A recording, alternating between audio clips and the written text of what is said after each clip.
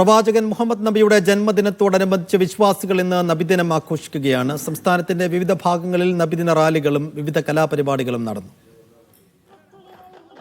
പ്രവാചകൻ മുഹമ്മദ് നബിയുടെ 1500-ാം ജന്മദിനമാണ് ഇന്ന് വിശ്വാസികൾ ആഘോഷിക്കുന്നത്. ആരാധനാലയങ്ങൾ, മദ്രസകൾ, മറ്റ് സ്ഥാപനങ്ങൾ എന്നിവിടങ്ങളിൽ വൈദ്യുതാലങ്കാരം നടത്തിയും കൊടിതോരണങ്ങൾ ഒരുക്കിയുമാണ് നബിദിനം വർണ്ണാഭമാക്കുന്നത്.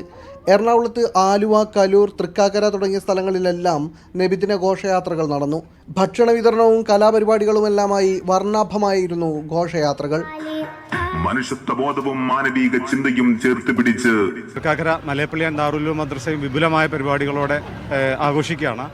ഏകദേശം ഒരാഴ്ച കാലമായിട്ട് വിദ്യാർത്ഥികളുടെ കലാവിജ്ഞാന മത്സരങ്ങൾ ഈ ഒരു ഘോഷയാത്രയോടുകൂടി അവസാനിക്കുകയാണ്. കോഴിക്കോട് സുന്നി കോർഡിനേഷൻ കമ്മിറ്റിയുടെ നേതൃത്വത്തിൽ തിരുവസന്തം 1500 എന്ന പേരിലായിരുന്നു വർണ്ണാഭമായ നബിദിന സന്ദേശ റാലി. ഹജ്ജ് committee chairman Hussain Saqafi Chullikode, MK Raghavan MP തുടങ്ങിയ നേതാക്കൾ പങ്കെടുത്തു.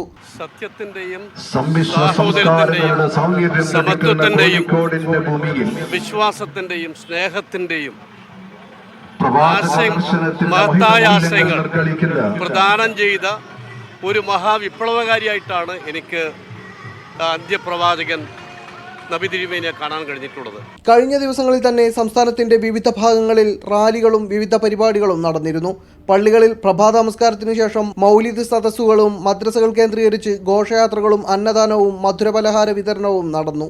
പ്രവാചകൻ മുഹമ്മദ് നബിയുടെ 1500-ാം ജന്മദിനം വിവിധ കലാപരിപാടികളോടെയാണ് കേരളത്തിലെമ്പാടും ഇന്ന് ആഘോഷിക്കുന്നത്.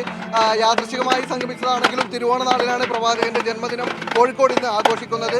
ക്യാമറ പേഴ്സൺ ജെസൽ ബാബുവിനൊപ്പം T. അനീസ് അലി, മീഡിയ 1, കോഴിക്കോട്.